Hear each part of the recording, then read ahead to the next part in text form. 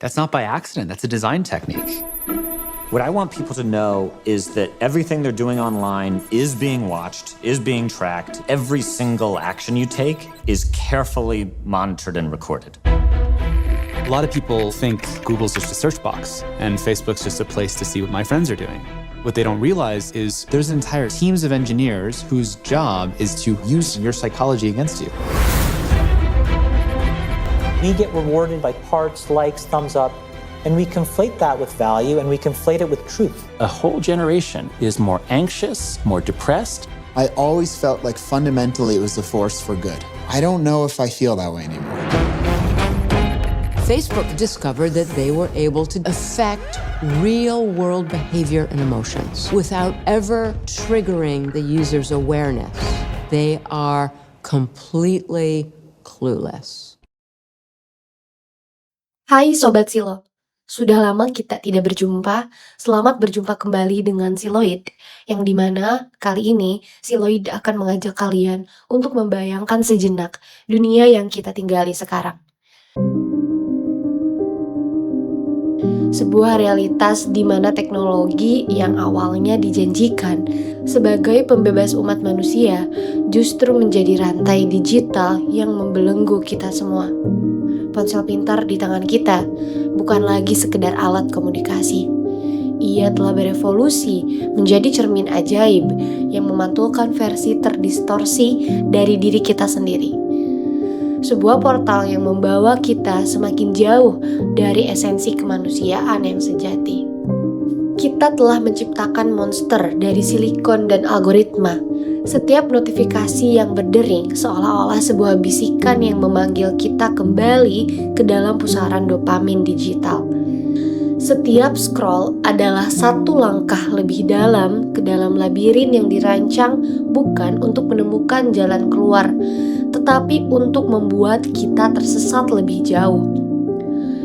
Platform media sosial telah bertransformasi dari taman bermain digital menjadi medan pertempuran psikologis, di mana setiap like adalah peluru, setiap komentar adalah granat, dan setiap share adalah bom yang meledakkan kewarasan kolektif kita.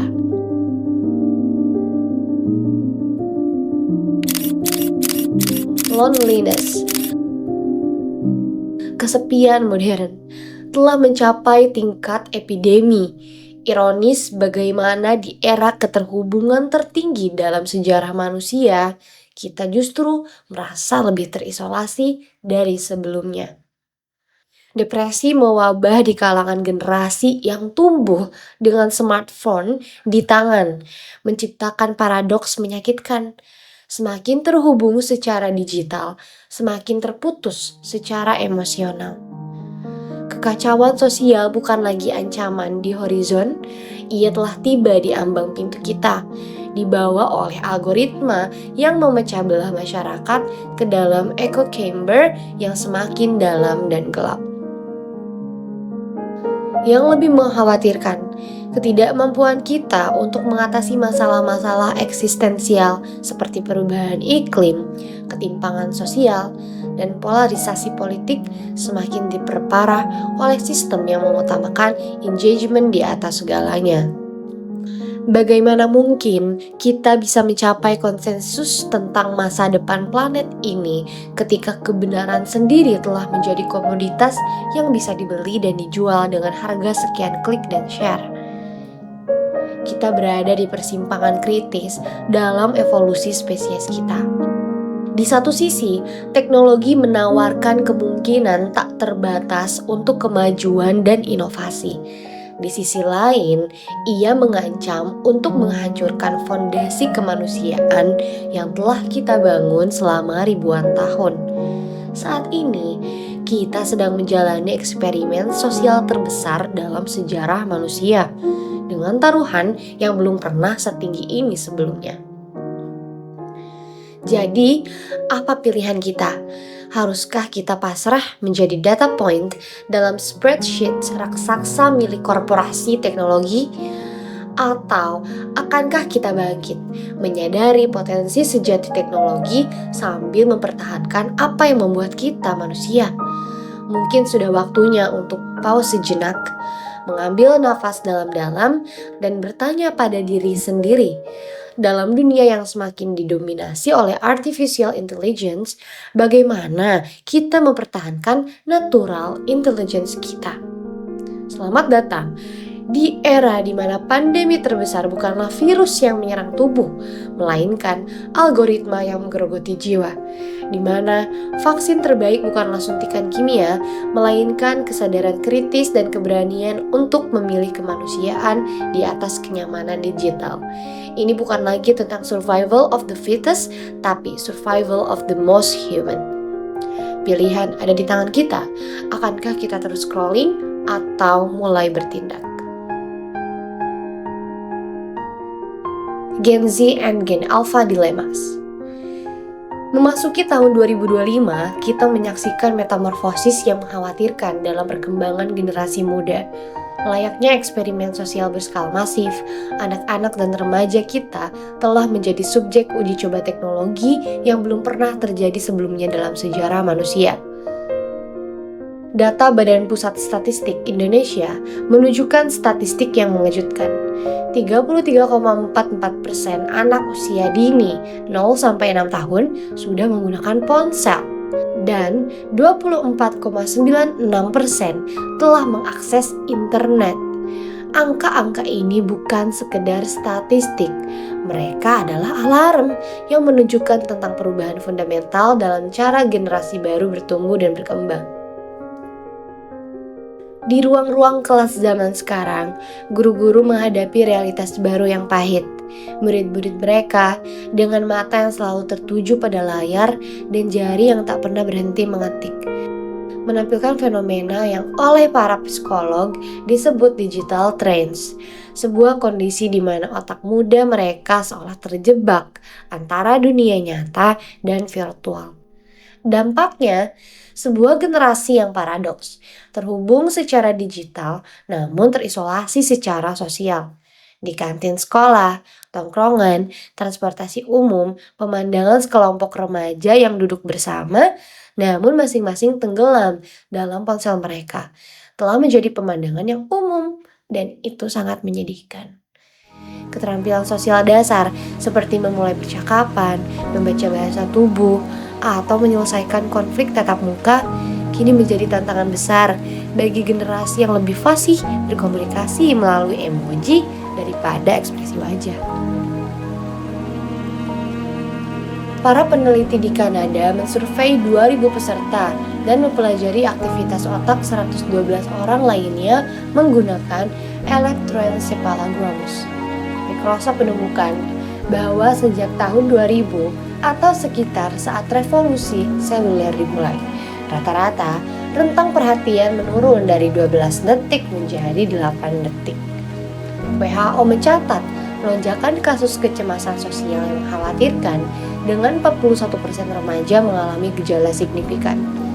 Media sosial telah menciptakan apa yang para psikolog sebut sebagai paradoks validasi digital. Semakin banyak like dan follower yang didapat, semakin dalam perasaan kosong yang dirasakan. Platform seperti Instagram dan TikTok telah mengubah konsep self-worth menjadi sekedar angka di layar, menciptakan generasi yang value-nya bergantung pada matriks virtual. Tahukah kalian, ada fenomena yang disebut sebagai brain rot yang dinobatkan sebagai Oxford Word of the Year 2024, menjadi cerminan nyata kerusakan kognitif yang terjadi. Para ahli saraf mengidentifikasi pola baru dalam cara kerja otak remaja. Neural pathway yang seharusnya berkembang untuk pemikiran kompleks justru tereduksi menjadi jalur-jalur instant gratification. Remaja menunjukkan gejala yang oleh para peneliti disebut digital dementia, penurunan fungsi kognitif yang mirip dengan gejala demensia pada orang tua, namun terjadi pada usia muda. Evolusi bahasa mereka pun mencerminkan pergeseran fundamental dalam cara berpikir dan berinteraksi. Istilah-istilah seperti skibidi, negative aura, mewing, dan fun tax bukan sekedar tren bahasa. Mereka adalah artefak linguistik yang menunjukkan bagaimana teknologi telah mengubah cara generasi muda memaknai dan mengekspresikan realitas mereka. Di tengah semua ini, pertanyaan besarnya adalah, apakah kita sedang menyaksikan evolusi natural dari spesies manusia atau justru evolusi yang tersamarkan oleh kilau teknologi? Gen Z dan Alpha mungkin adalah generasi paling terhubung dalam sejarah, tapi mereka juga beresiko menjadi generasi yang paling kehilangan esensi kemanusiaannya. Saat scrolling menjadi lebih natural daripada membaca buku, saat like lebih berharga dari senyuman tulus, dan saat validasi algoritma lebih dipercaya daripada wisdom tradisional, kita tahu bahwa revolusi digital telah menciptakan mutasi sosial yang mungkin tak bisa diputar balik. Without my phone, I can actually learn and stuff and engage more, noticing stuff around me, which I probably should be noticing anyways, but I'm just too addicted to my phone. Usually before I go to bed, I usually just watch like Disney Plus for like an hour and then just drift off. But since then, I've just gone straight to sleep, and it's weird. Really? Yeah. So you feel more refreshed? Like, Yeah, I feel much better. the more time goes on, it like becomes a lot easier to think of things to do because you've not got your phone. It's like, oh, new message. Eksperimen BBC di Salford memberikan secerca harapan sekaligus peringatan. 10 remaja yang dipaksa kembali ke era sebelum smartphone merajalela mengalami digital withdrawal. Pada awalnya, gejala seperti kecemasan, gelisah, dan kesulitan tidur. Namun setelah 5 hari, terjadi perubahan signifikan. Kualitas tidur membaik, interaksi sosial meningkat, dan level kortisol atau hormon stres menurun drastis. Sayangnya, begitu eksperimen berakhir, hampir semua peserta langsung kembali ke pola lama mereka, menunjukkan betapa kuatnya cengkraman teknologi pada generasi ini. Even though social media makes them more anxious, makes them more worried about missing out, they can't stop looking at it. That prefrontal cortex hasn't developed enough for them to be able to put it down, to say to themselves, it's not making me feel good. The prefrontal cortex, this area of the brain that is involved in our cognitive control, our ability to process and direct our attention based on our goals, is the last part of our brain to develop. The mental health dilemma. Setiap notifikasi yang berdering adalah panggilan sirine digital. Sebuah stimulus yang memicu lonjakan dopamin di otak remaja. Platform media sosial bukan sekedar aplikasi. Mereka adalah mesin psikologis yang dirancang dengan presisi untuk mengeksploitasi kerentanan mental penggunanya. Fear of missing out, FOMO, telah berevolusi dari sekedar istilah menjadi epidemi psikologis yang mempengaruhi jutaan remaja global. Bayangkan seorang remaja yang terbangun di tengah malam secara kompulsif memeriksa ponselnya karena takut melewatkan sesuatu. Ini bukan lagi sekedar kebiasaan, ini adalah manifestasi dari ketergantungan neurologis. Prefrontal cortex yang belum matang membuat remaja sangat rentan terhadap manipulasi algoritma yang dirancang untuk memaksimalkan engagement. Seperti seorang pemain poker yang terus bermain meski kalah, remaja terus scrolling meski mereka sadar aktivitas ini merusak kesehatan mental mereka. Di balik layar smartphone, sebuah revolusi neurologis sedang berlangsung dalam otak generasi muda. Paparan terus-menerus terhadap arus informasi yang tak henti memaksa otak untuk beradaptasi dengan cara yang belum pernah terjadi sebelumnya. Sistem reward otak yang seharusnya merespon pencapaian nyata kini terdistorsi, mencari kepuasan instan dari notifikasi dan like. Inilah yang terjadi dengan otak remaja. Media sosial mengkondisikan mereka untuk mengharapkan gratifikasi instan, mengikis kemampuan vital untuk menunda kepuasan. Dampaknya terlihat dalam berbagai aspek kehidupan, dari menurunnya kemampuan fokus hingga kesulitan menyelesaikan tugas yang membutuhkan kesabaran. Waktu adalah mata uang yang terbatas, dan media sosial adalah pencuri yang sangat efisien. Setiap jam yang dihabiskan untuk scrolling adalah jam yang hilang dari aktivitas penting pembentuk karakter. Interaksi tatap muka, yang krusial untuk perkembangan empati dan kecerdasan emosional tergantikan oleh emoji dan reaction. Aktivitas fisik yang vital untuk kesehatan mental dan fisik kalah bersaing dengan kenyamanan scrolling di tempat tidur. Yang lebih mengkhawatirkan adalah erosi kualitas tidur. Blue light dari layar dan anxiety dari interaksi sosial digital menciptakan generasi yang secara kronis kekurangan tidur. Tidur yang terganggu bukan hanya masalah energi.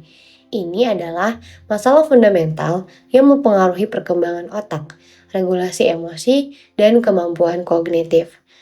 Media sosial telah menciptakan fenomena kehidupan paralel di mana remaja menjalani dua kehidupan yang seringkali bertentangan. Versi online yang dikurasi dengan sempurna dan realitas offline yang jauh lebih kompleks. Tekanan untuk mempertahankan persona digital yang sempurna menciptakan disonansi kognitif yang melelahkan secara mental. Filter dan editing tools yang tersedia menciptakan standar kecantikan yang mustahil dicapai, mendorong body dysmorphia dan gangguan makan. Remaja perempuan khususnya menghadapi paradoks impossible beauty standards, terjebak antara tuntunan untuk terlihat natural namun tetap sempurna menurut standar yang terus berubah. Orang tua modern menghadapi tantangan yang tidak pernah dibayangkan generasi sebelumnya. Bagaimana menyeimbangkan kebutuhan anak untuk terhubung secara digital dengan pelindungan terhadap kesehatan mental mereka. Ini seperti mengajarkan anak berenang di lautan algoritma yang penuh predator digital. Batasan waktu layar yang dulu efektif kini terasa usang ketika pendidikan, sosialisasi, dan hampir semua aspek kehidupan remaja memiliki komponen digital. Orang tua harus menjadi digital mentor sekaligus emotional support, peran ganda yang seringkali membuat mereka merasa tidak siap dan kewalahan. Perusahaan teknologi berada di persimpangan etis yang krusial. Model bisnis yang bergantung pada engagement maksimal secara inheren bertentangan dengan kesehatan mental pengguna. Ini seperti perusahaan makanan cepat saji yang tahu produk mereka tidak sehat, namun terus mendorong konsumsi berlebihan. Menghadapi tsunami digital ini, kita membutuhkan pendekatan holistik yang melibatkan semua stakeholder. Edukasi tentang digital wellness harus dimulai sejak dini, terintegrasi dalam kurikulum sekolah dan dialog keluarga. Perusahaan teknologi harus mengadopsi prinsip ethical design yang mengutamakan kesehatan mental pengguna di atas matriks engagement. Kita sedang berada di tengah eksperimen sosial terbesar dalam sejarah manusia, di mana kesehatan mental sebuah generasi menjadi taruhannya. Pertanyaannya bukan lagi apakah media sosial mempengaruhi kesehatan mental, melainkan seberapa dalam kerusakan yang telah terjadi dan apa yang bisa kita lakukan untuk menyelamatkan generasi berikutnya.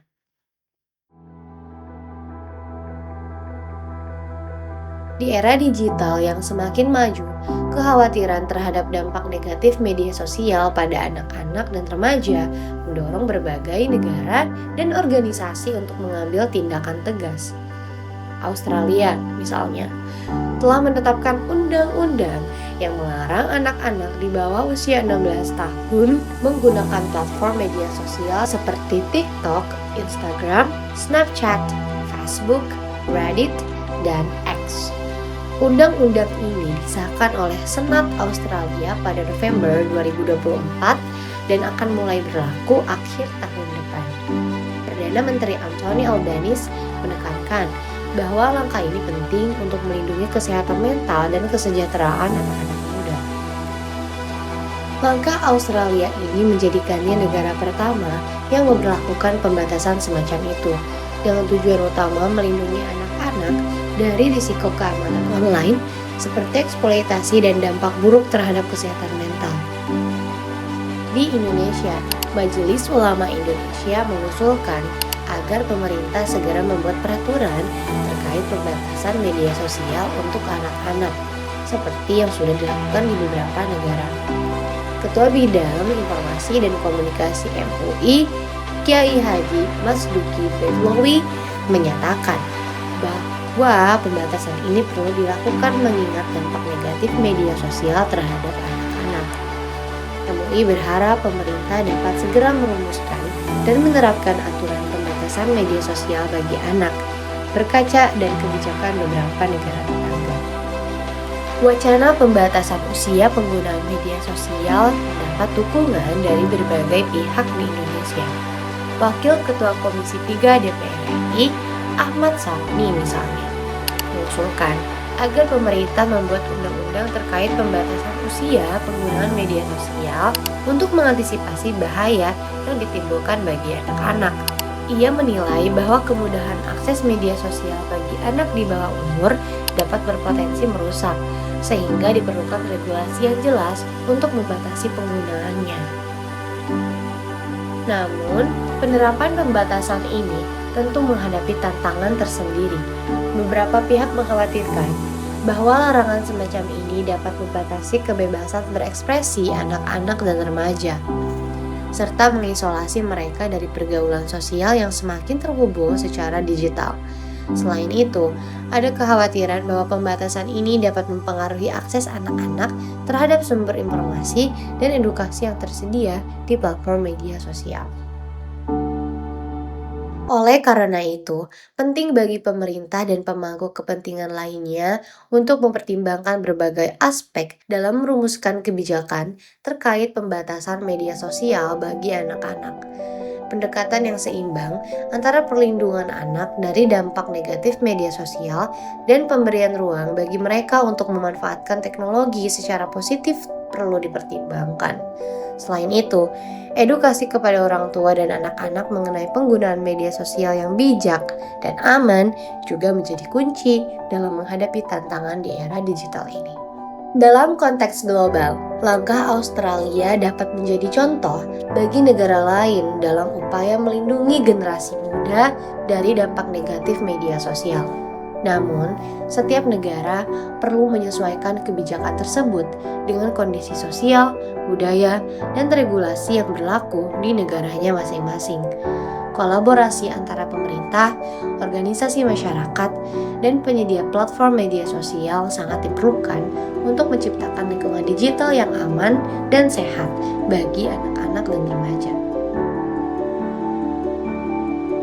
Kita telah menyaksikan bagaimana teknologi yang dirancang untuk menghubungkan justru memisahkan, yang dimaksudkan untuk membebaskan justru membelenggu. Namun di tengah kegelapan ini masih ada secercah harapan, seperti pendulum yang berayun terlalu jauh ke satu arah.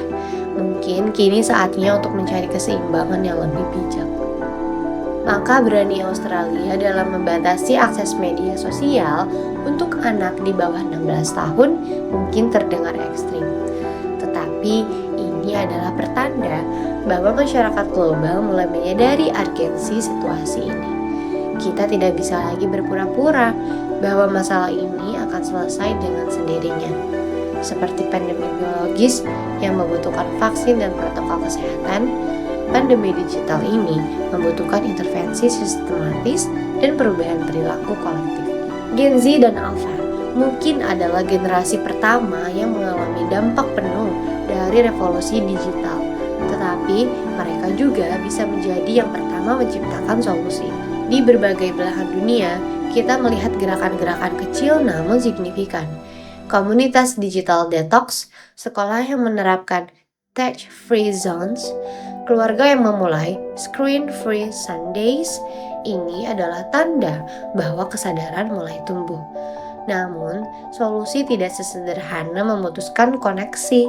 Di era di mana hampir setiap aspek kehidupan memiliki komponen digital, kita membutuhkan pendekatan yang lebih nuansa. Yang menarik, solusi untuk pandemi digital ini mungkin justru terletak pada aspek-aspek fundamental kemanusiaan yang tidak pernah berubah. Kebutuhan akan koneksi yang autentik, makna yang mendalam, dan pertumbuhan yang seimbang. Teknologi seharusnya memperkuat, bukan menggantikan aspek-aspek ini. Kita berada di titik kritis dalam evolusi hubungan manusia dengan teknologi. Pandemi digital yang kita hadapi bukan tentang menolak kemajuan, tetapi tentang mengarahkannya dengan lebih bijak. Seperti kita belajar hidup berdampingan dengan virus tanpa membiarkannya mengendalikan hidup kita. kita juga harus belajar memanfaatkan teknologi tanpa menjadi budaknya. Masa depan yang kita inginkan bukanlah dunia tanpa teknologi, melainkan dunia di mana teknologi benar-benar melayani kemanusiaan, bukan sebaliknya. Ini adalah tanggung jawab kolektif yang membutuhkan tindakan dari semua pihak, pengembang teknologi, pembuat kebijakan, pendidik, orang tua, dan terutama setiap individu yang menggunakan teknologi. Mungkin suatu hari nanti, generasi mendatang akan melihat kembali era ini sebagai masa transisi kelam, namun penting. Titik balik di mana manusia akhirnya belajar untuk menjinakkan monster digital yang telah diciptakannya sendiri. Pertanyaannya sekarang adalah, apakah kita siap mengambil langkah pertama menuju perubahan itu?